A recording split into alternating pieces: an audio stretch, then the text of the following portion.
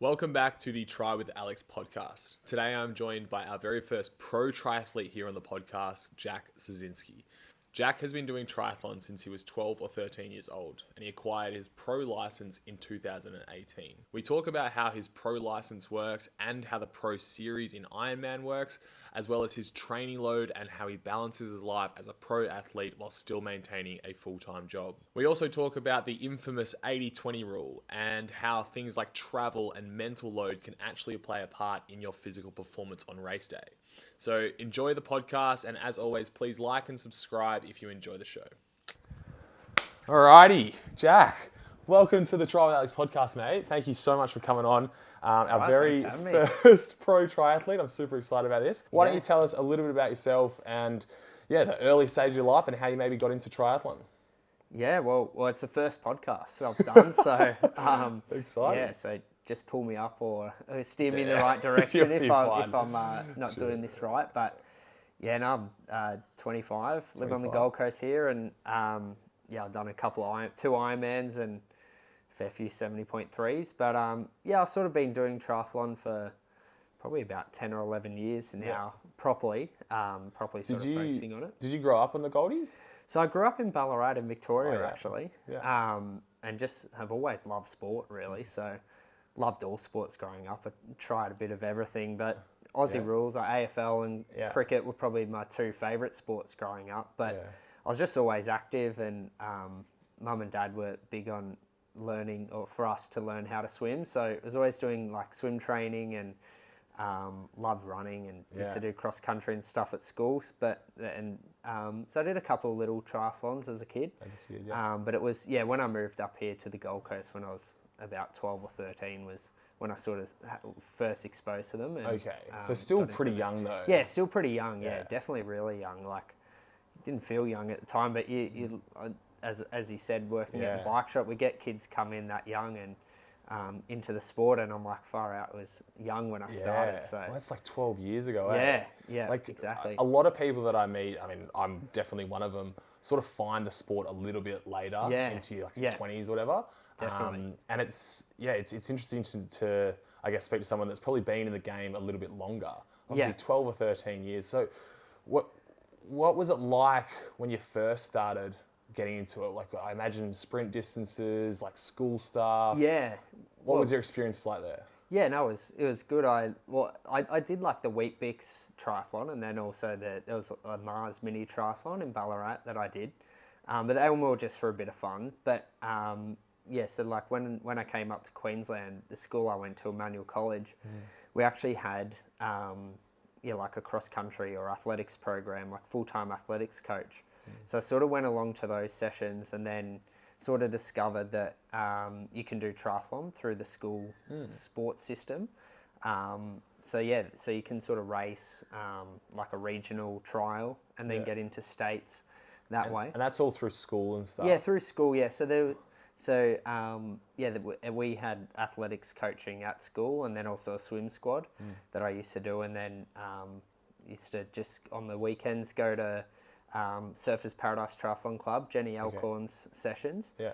And then, there was sort of a really good group of kids, sort of a good maybe dozen or more kids my age, all doing triathlon. So it was really great to just do it in such a fun environment growing up, and move through the school ranks. And as you got older, the distances got longer, but you sort of started off they called it the enticer distance. It was probably only 300 swim, 12k ride, and like a 3 or 4k run. Yeah, so little baby one. The little baby one, Still painful though. Definitely, because you go as hard as you can. Yeah. What's your, I guess, favourite sort of different distance at the moment? Do you have did the early years of doing the shorter stuff, did you fall in love with that, or do you really like doing the endurance stuff now? Yeah, like I definitely always fascinated by the Ironman distance. Yeah.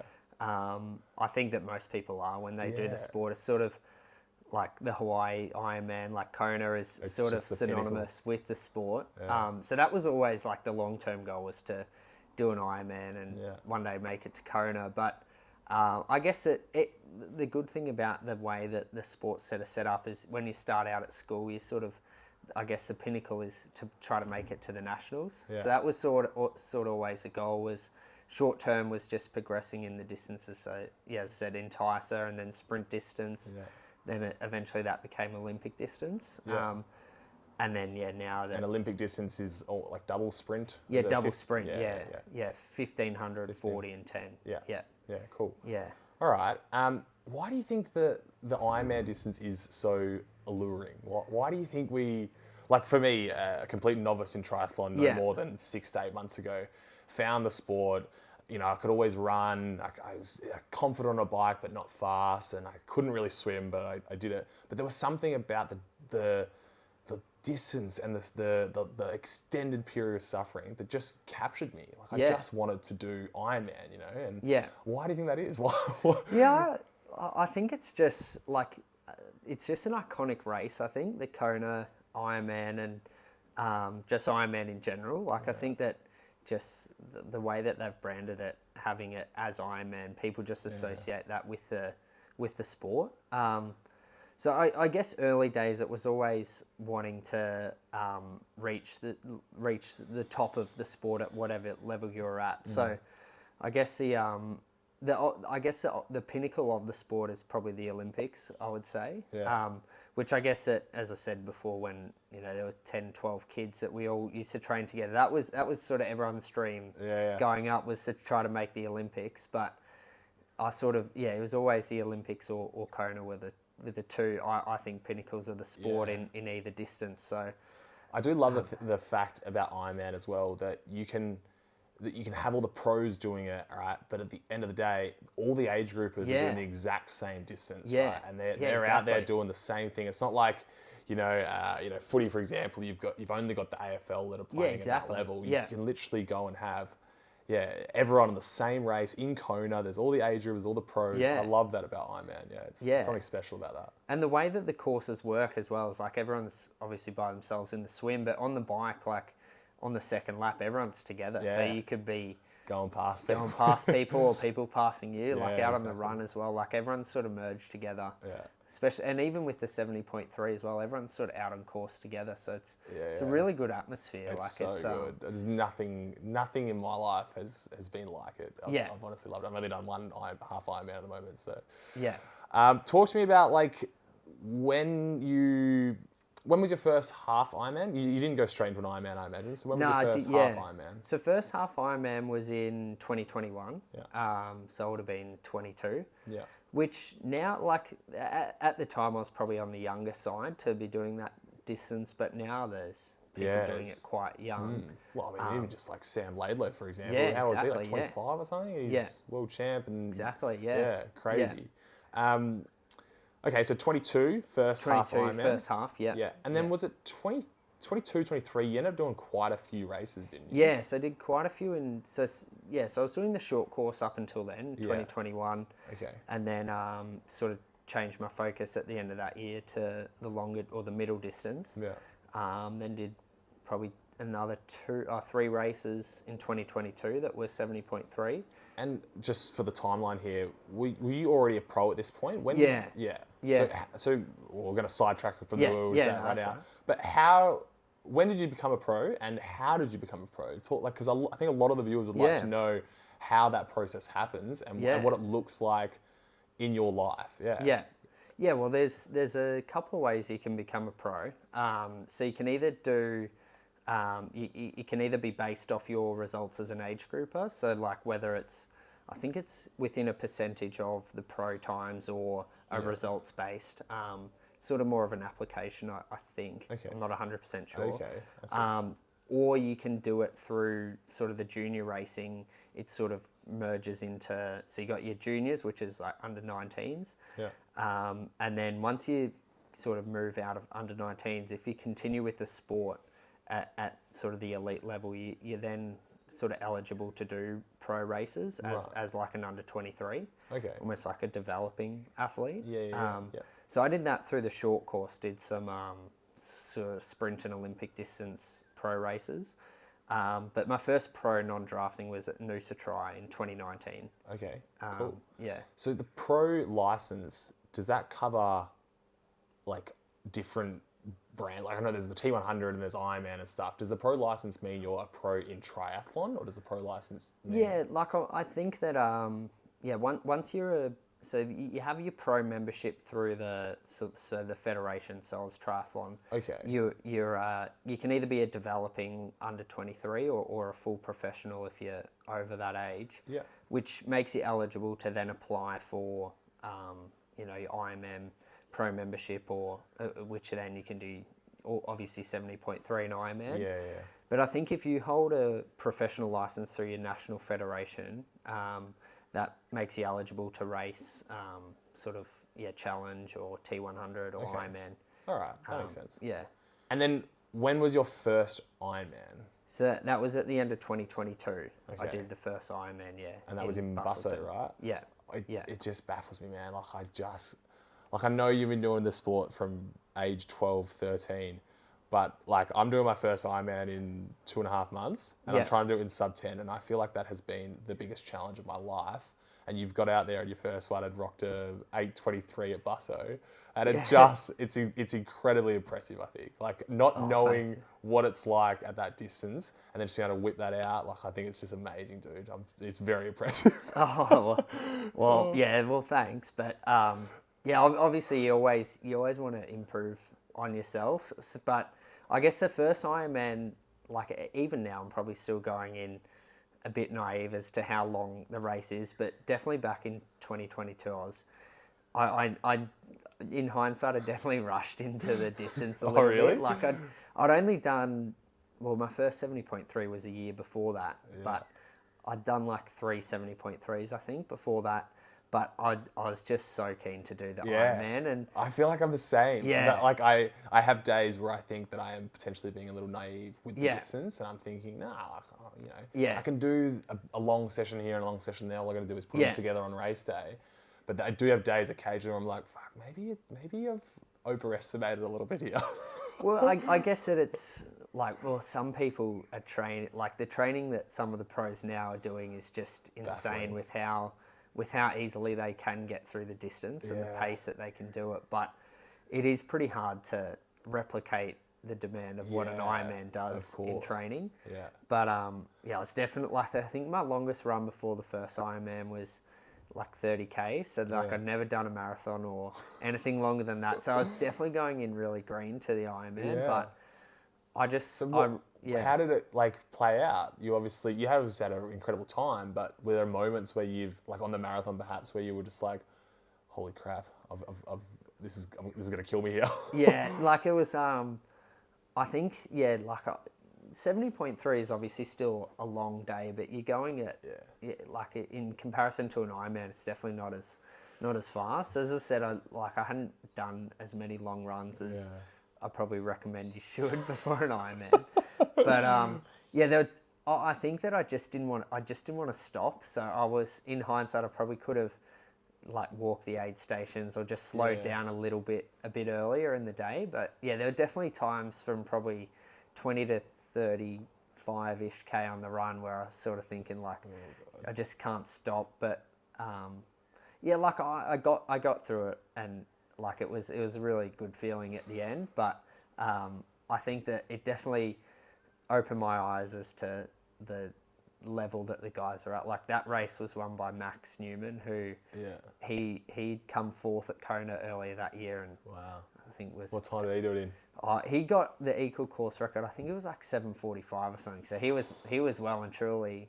He'd probably just baffling, man. Had lunch and a shower by the time I'd finished, but...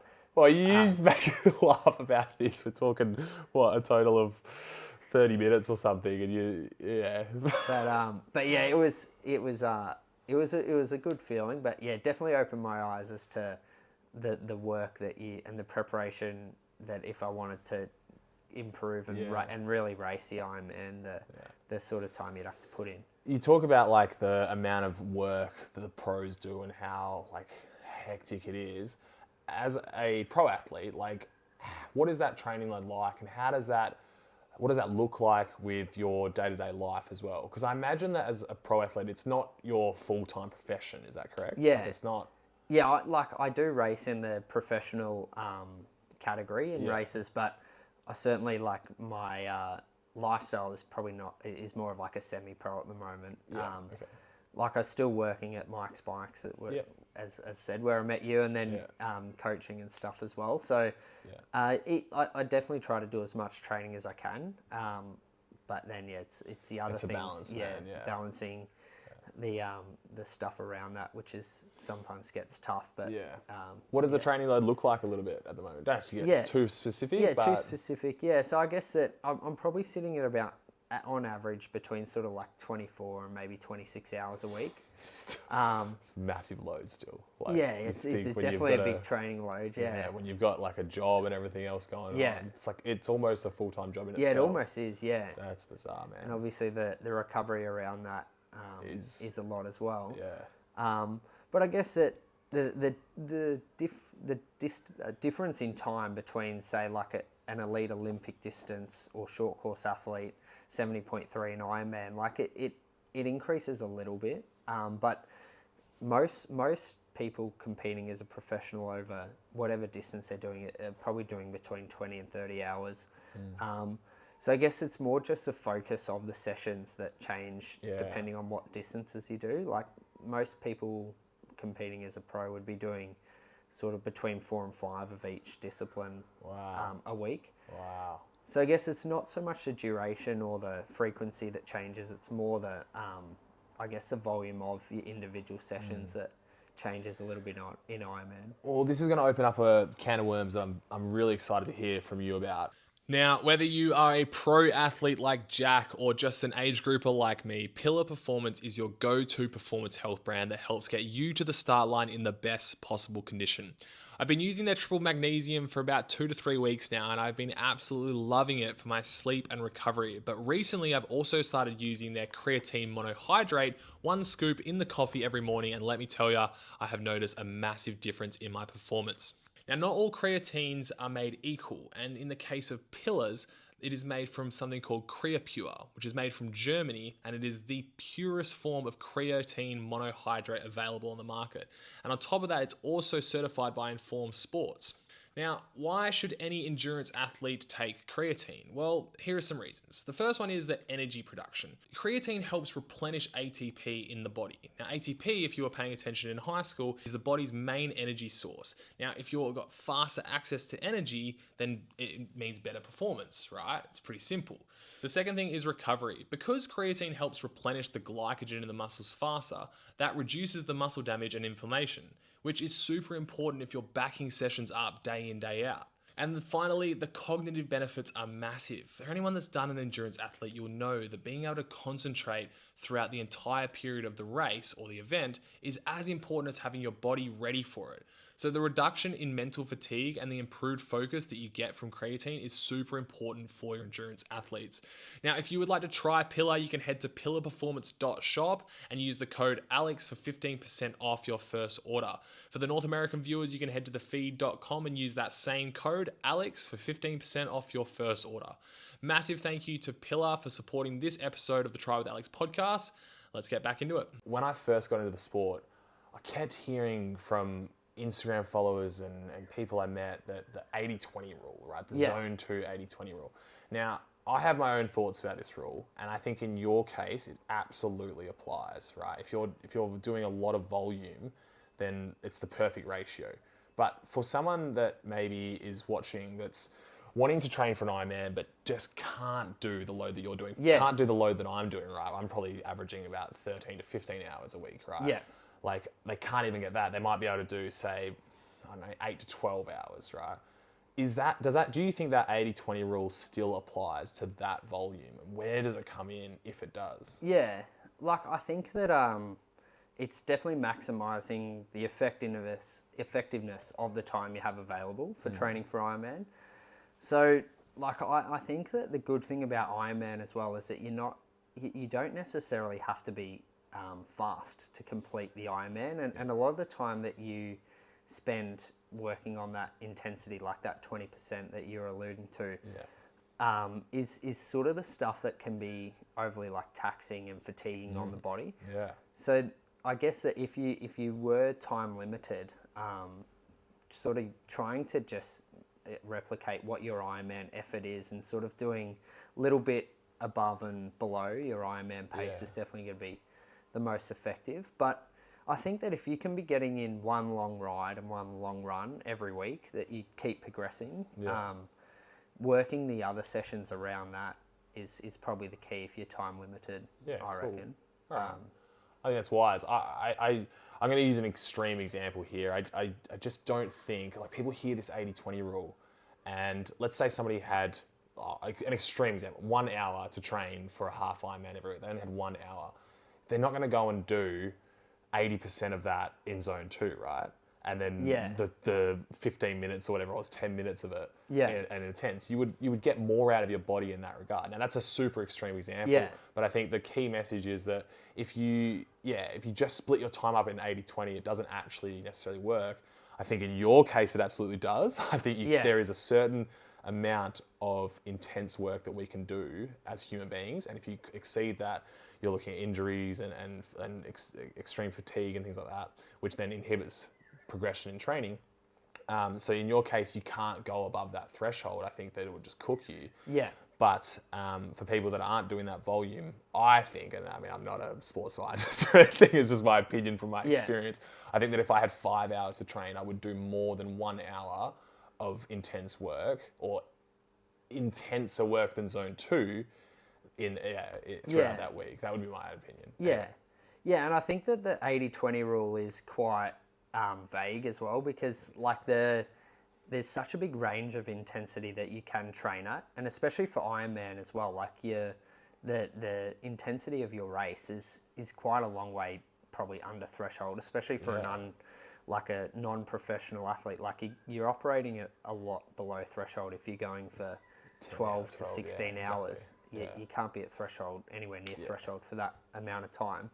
So I guess the 80-20 rule is definitely a really good guide to stop people from doing too much intensity. But I think that the key is definitely that 80%, where you don't want that 80%, especially if you are low on time, you don't want too much more than 20% over threshold, because I think that even if you had, say, 6 hours a week to train, you don't want to have too much over that threshold, just because that does I see what you're saying. increase the risk of injury. But you could use that 80% that's below threshold.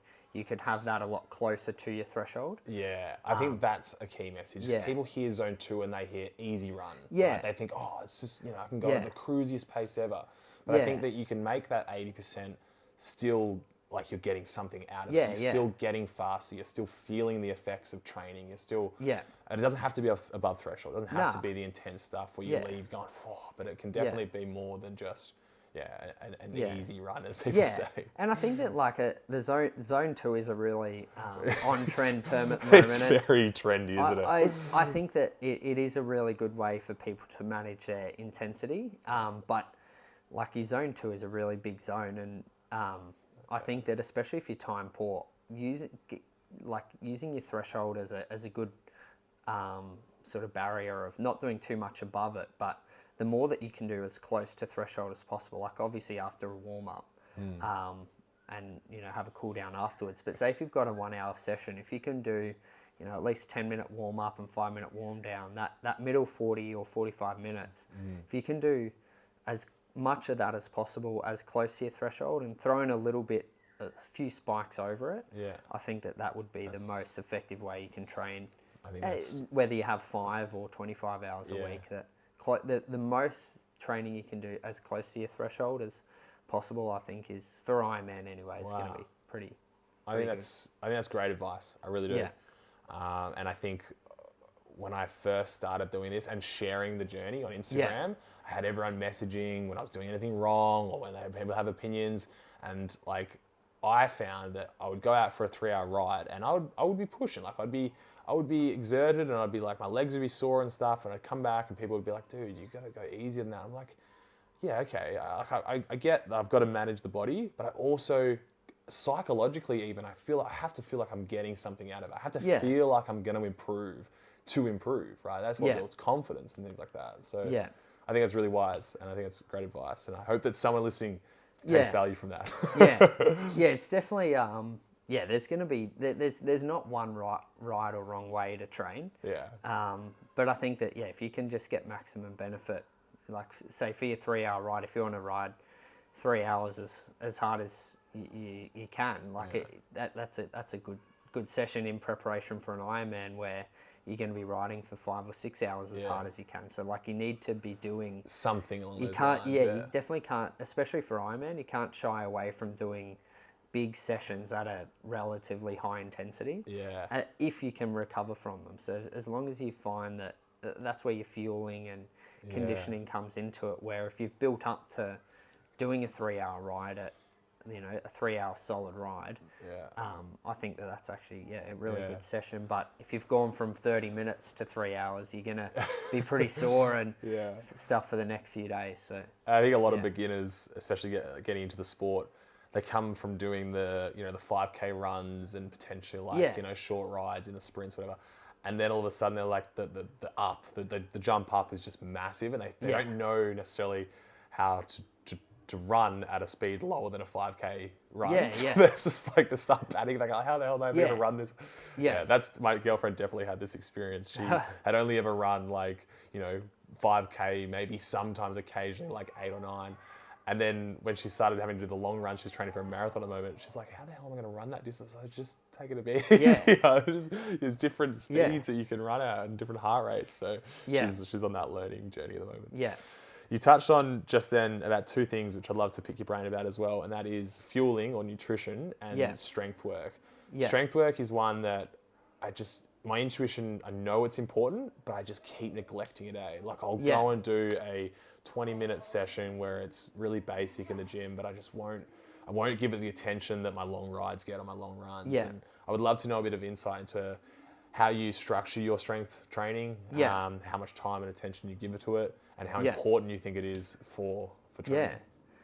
Well, if you look at it in terms of 2 separate components, you've got your strength and your conditioning. I think that there's so many ways that you can become strong or condition your body to a triathlon, and the gym is certainly one of them. I'm probably not the best example with my current schedule. Is that I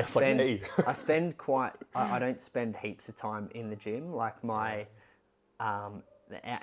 outside of swim, bike, and run is like I do a bit of like core and mobility around sort of like my core and my hips. So like things like glute bridges and a lot of like body weight exercises, but it's certainly something that I do need to prioritize a bit more. But that's not to say that you disregard the strength and conditioning. Like I really like strength is a big focus of my training at the moment. That I try to get through sort of the specific activities of swim, bike, and run. So I think that you can become really strong by doing the activity slightly differently to actually improve your strength. So talk to me about that then. Like, I assume you're maybe referring to here like cycling. You might be using a different cadence and gear. Is that? Yeah, like different forms of training. So like on the swim, you can like especially band or paddle work to sort of just load up the arms in a slightly different way that you would just doing normal paddle swimming. work, eh? Yeah. I hate it, man. Like my technique is not amazing as it is as a swimmer.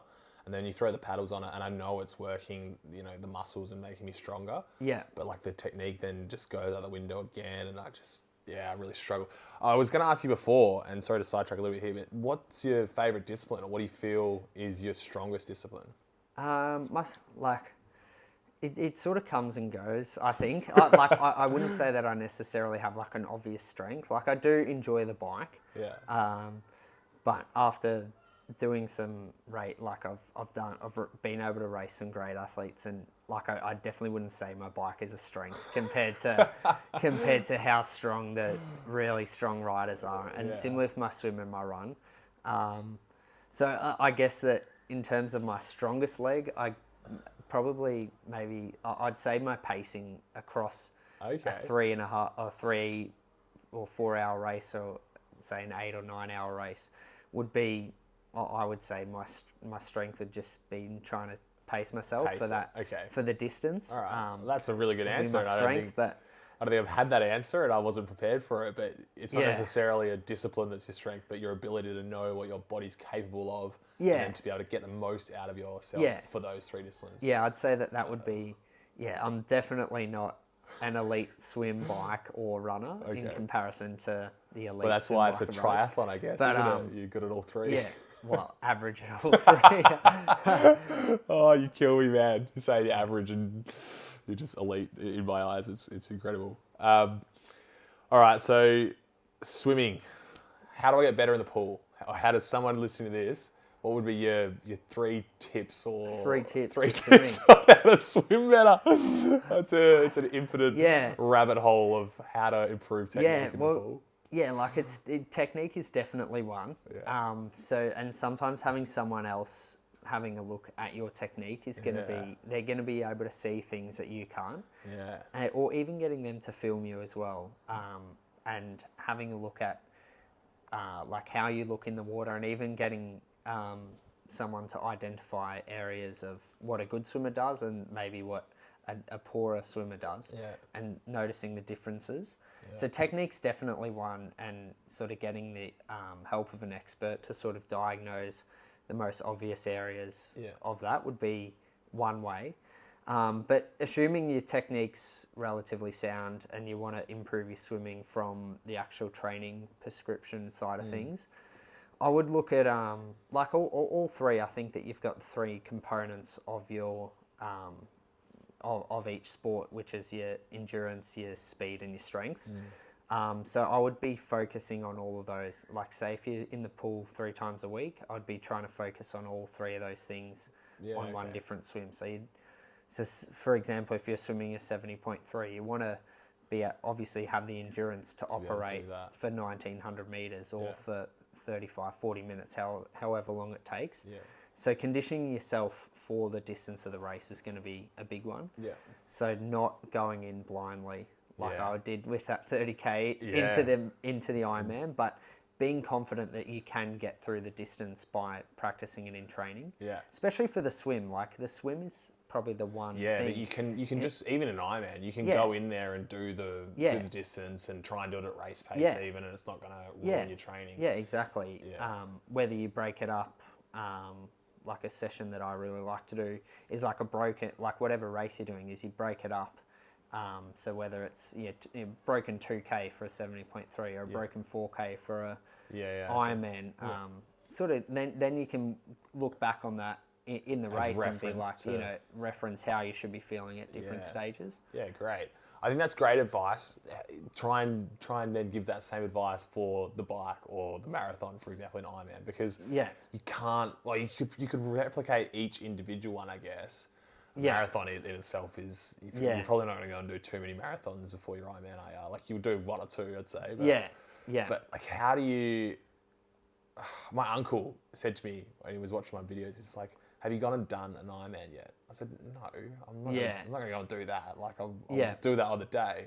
And he said, well, how do you know you can do it? How do you know? And like, how can you somewhat replicate the 180k, the bike, and potentially a marathon? I guess there's those brick sessions, those big... Yeah, definitely.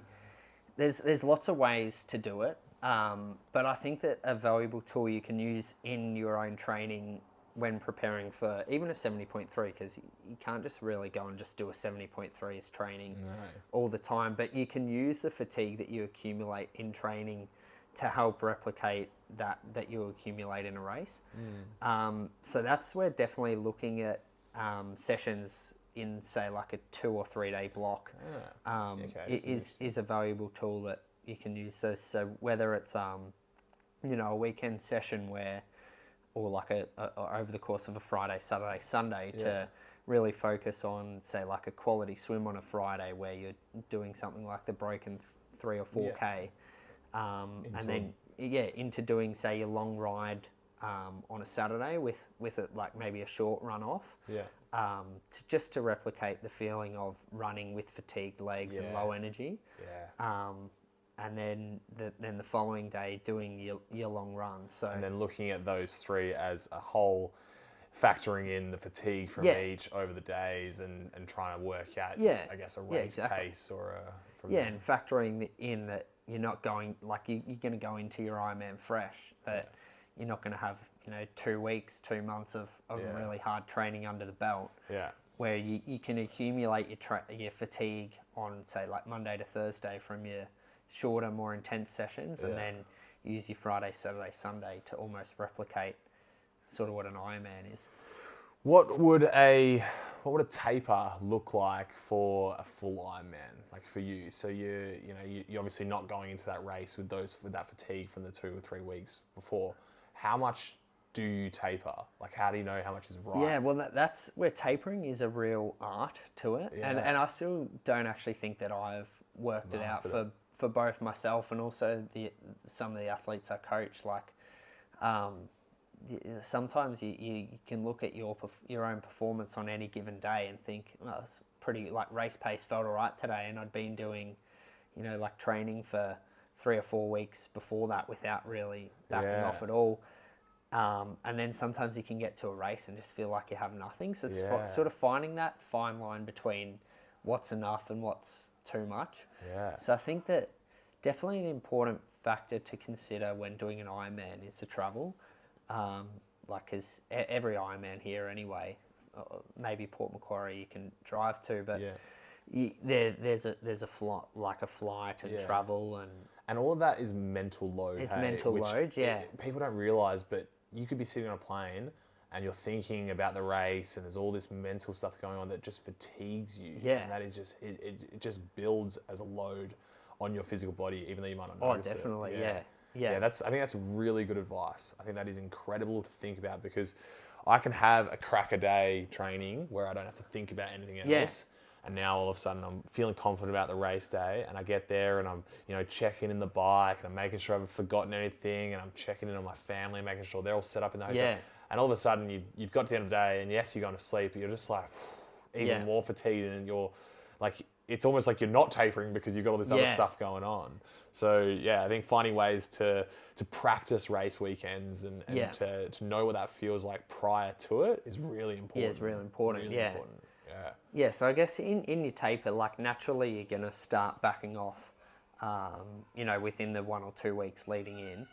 But then, it's just probably more so using backing off the training to obviously reduce the fatigue, but also give yourself a bit more time to organise things, like getting your bike serviced, packing your bags. Because I feel that a lot of the time people can go, myself included, like when you go into race weekends disorganised, it's probably also, you might not have been training as much, but you've probably been up late, packing your bags or running to the shops and getting things out of routine where like you can't sleep well the night before the race because you're getting up at 3 a.m. but you also adrenaline, so it's preparing yourself that you're not going to sleep well the night before, so having things in place to allow you to. So if that means you got to back off your training a bit to have more time to get things organised, it's probably helps as well. Yeah. So what do you have coming out? I know that you're racing 70.3 at Port Mac, is that right? And then you're doing the Cairns full. Then doing the Cairns full, yeah. Sick. Okay. And do you have a target time that you're willing to share for these 2 races? I would love to know. But yeah, well, I was having this discussion with a couple of people actually who were interested, and I think that, like, it's really hard to put a time on things because the wind and, like, conditions can just play such a big part, and the heat as well. So that's where, like, Ironman is unique in some ways, where there's not, well, there's world records and stuff like that, but it's not necessarily about that. Yeah. It's more about your personal achievement and your, I guess, from a professional point of view, your placing or your ranking as opposed to a time. So I think that, like, obviously, like, times are great, but, like, the wind plays so much part in the bike, where you could have a really good day, but if you try to ride too fast and it's windy or it's hot, you can, that can come at the expense of things. So I try not to get too bogged down in times. Yeah. More so just it's good to hear this. Yeah. I think it's really good to hear this.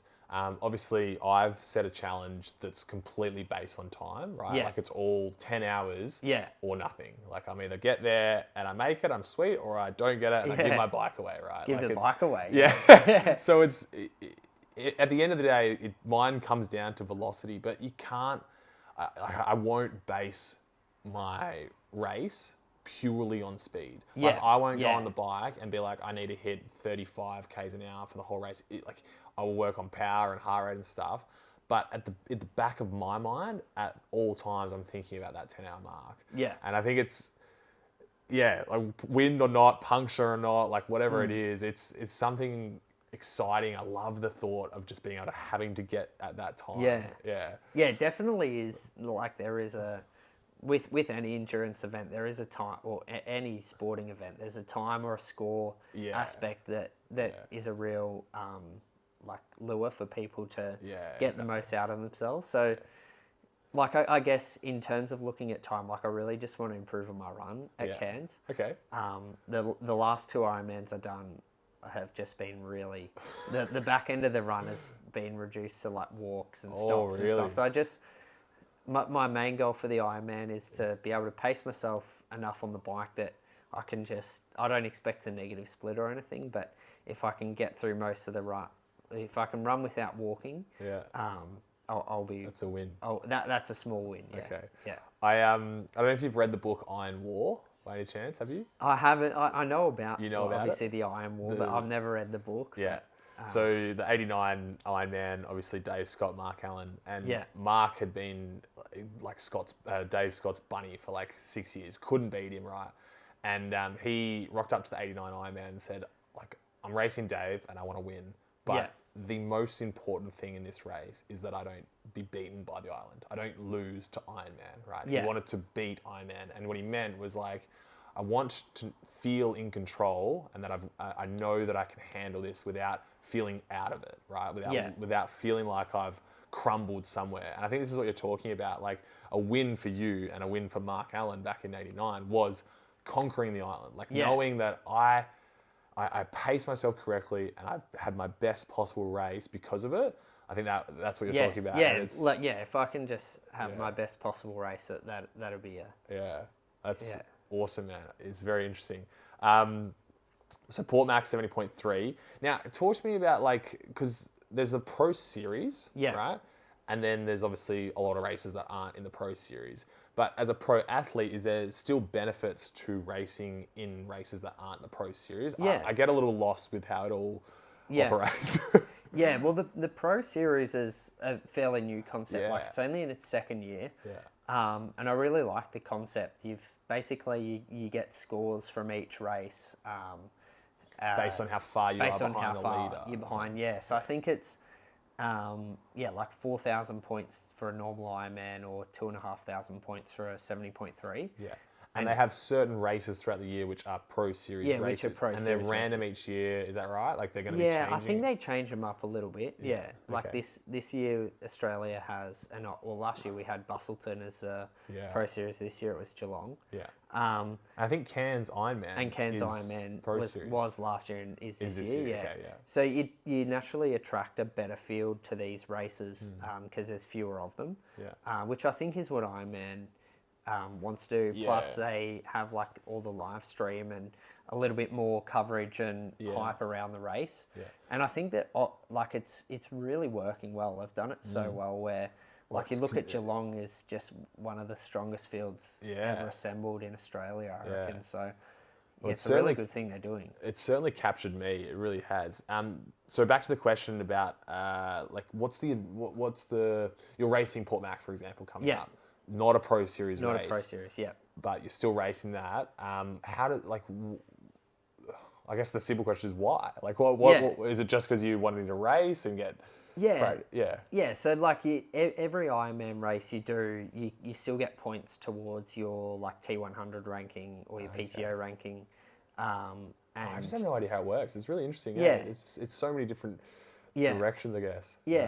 And then obviously you've got the chance to race, which is and earn points, money. Not that there's as much money in a non-Pro Series race, but I guess the position I'm in at the moment is like, because I'm new to Ironman, like the full Ironman distance. To do well in the Pro Series, you need 3 Ironmans and 2 70.3s. Okay. and one of those Ironmans sort of needs to be the world champs. Yeah. So later on down the track, once I have sort of have a bit more confidence in myself over the Ironman distance, the Pro Series is definitely something that I'd want to do. Cool. But yeah, for the moment, it's just sort of gaining experience. Even over 70.3 as well. Yeah. Which is why you do a non-Pro Series race. Yeah. Okay, that makes sense. Yeah. So won't be looking to head to Marbella or Nice this year then? Or if I am made either, I definitely take the slot. Yeah. Okay. Because I've done the Ironman 70.3 Worlds twice, and it was just like a really good experience to race that level. Awesome. So yeah, I definitely wouldn't turn down another chance to do either. Okay. But I guess that for them as a target for the Pro Series would be later on. Yeah. Okay. In my career. Yeah. Well, it's nice as a age group athlete. It's probably a little easier to get a ticket to one of those things. Yeah, well, it's hard. The sport's moving pretty fast, even across all age groups, all abilities. Like it's getting fast now. Like some of the times getting put down at these races is crazy. You spoke about before about Kona being like the pinnacle and everyone wanting to go to Kona and get it. Like even as an age group athlete, I would love to race at Kona one day.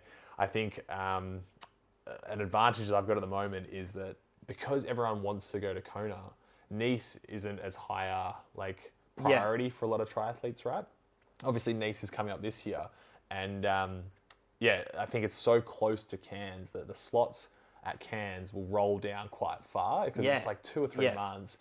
People have got to organise like flights, accommodation. My partner lives in the Netherlands, so I haven't even mentioned this on Instagram or anything, but I will definitely be the roll down, praying that I get a ticket to Nice and I will be going over there to race. It'd be an awesome experience. I reckon it'd be so nice. Yeah. And then I don't think this will happen, but if it were to happen at Port Mac coming up, I would probably just do Marbella as well. But I spoke to you recently actually about potentially not really racing Port Mac because it was too close to Cairns and that being the big race for me. And you sort of said to me just taper for Port, give it a red hot crack, and then you've got 6 weeks to settle for Cairns. And it really changed my perspective. I went from this thinking that Port was going to be purely a training session where I was just practicing transitions and feeling out race pace every now and again to I'm gonna have a red hot crack at Port Mac now. Who knows? Maybe get a ticket to Marbella and then taper hard again for Cairns and go again. So, I'm really excited for the next couple of months that are coming up. Yeah, no, it's exciting, isn't it? Yeah. Cool, mate. Anything else that you'd like to talk about? I don't think I've run out of questions at the moment. But where can we find Jack Sosinski, mate? We're going to plug you. Yeah, plug me. Well, you found me at Mike's Bikes. Mike's Bikes. So that's where I work on the Gold Coast. But I work there. But on Instagram and Strava and Jack Sosinski, the Jack, handles. I think it's Jack _Sosinski. Okay. And then I've also got my coaching and bike fitting account as well. Awesome. SOS Performance. So SOS you Performance. find that on there. So awesome, man.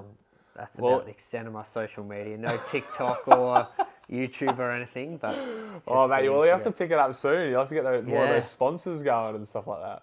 Yeah. How does the pro? We're gonna just come back now quickly. The money in the Pro Series and stuff. You've obviously got a job at Mike's Bikes. Is it purely prize money for winners? Does it get distributed to everyone? Yeah. Depending on position and stuff. Yeah, so at the end, they have the Pro Series and end of year results. Yeah.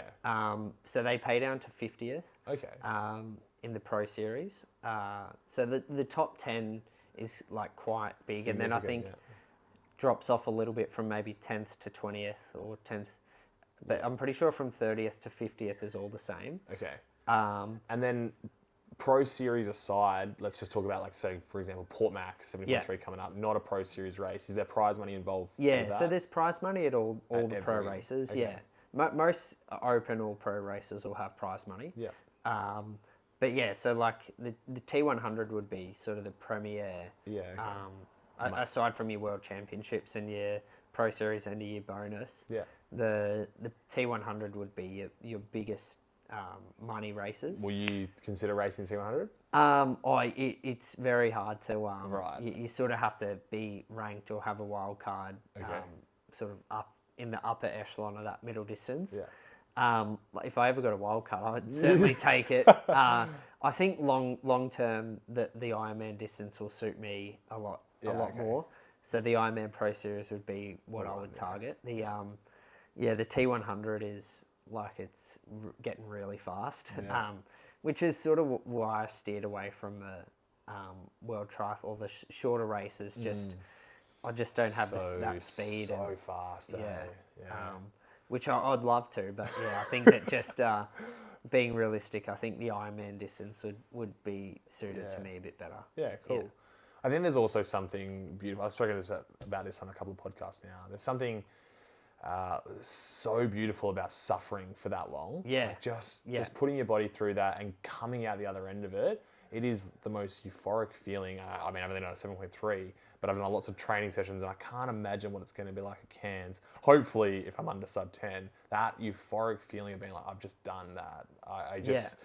There's something very luring for me in that space. Something that you don't quite get with a sprint distance or a 70.3.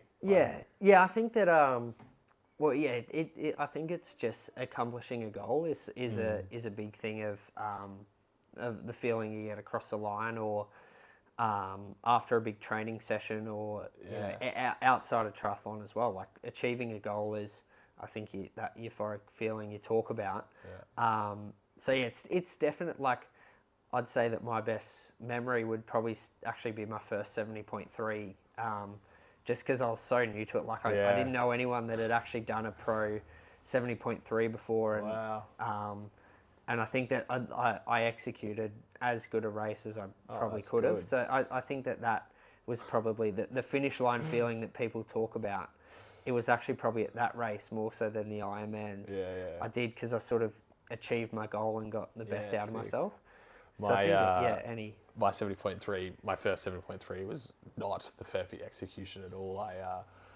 I think I've mentioned this a couple of times as well. I rocked up without cleats. I was such a novice, man. I rocked up to, it was in Bolton, England. It was quite cold.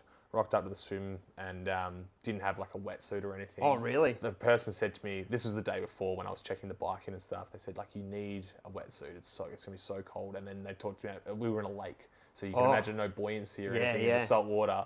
And I would have just sunk. So I didn't even realise how beneficial a wetsuit was. I went to Sport Direct and bought like a surf wetsuit that I could race in. Yeah. And then I did the whole 90k bike in my runners. I thought, I'm going to save so much time in T2. Well, you would have had a quick T2. I did have a very quick T2. I jumped off. It was like under 2 minutes or something like that. But definitely didn't make up for the amount of power that I would have lost through those shoes. Yeah. Oh, God. And then I was racing on the bike, feeling so confident. I was like loving it. And then about 65 Ks in, it just hit me. And then the first 7 Ks of the run, I was just crumbling, Yeah. I was like, I have not done enough training for this. I've not paced well enough for this. It was just, I was such a novice to it all. It was crazy. Yeah. Oh, God. But well, you obviously sound a lot more prepared for the next 70.3 in the Ironman. Yeah, exactly. Mate, leave us with one piece of wisdom that you would encourage to anyone out there that is willing to try something or tackle a challenge. What would you say to you? It might be like somebody like your younger self. That what would you say to that person? Ooh, on the spot a bit. Yeah, on the spot. Well, I guess you just got to, like, especially if you're doing Ironman or 70.3, you've just got to enjoy it. And I think that's why you sort of I don't get too bogged down on like time in a race, because you put in so much work and obviously there's so much commitment and things you could be doing instead of using, your time you devote to triathlon. So just keeping the enjoyment at the forefront of everything. I think that's perfect, mate. Yeah. Enjoy it. I think that if you're not enjoying what you're doing, then you're doing something wrong. Yeah. And I think that the more you enjoy it, the better you'll perform anyway. Yeah. It's been a pleasure, man. Cool, mate. Thank you so No much. worries. I really appreciate that. Hope you guys enjoy. You.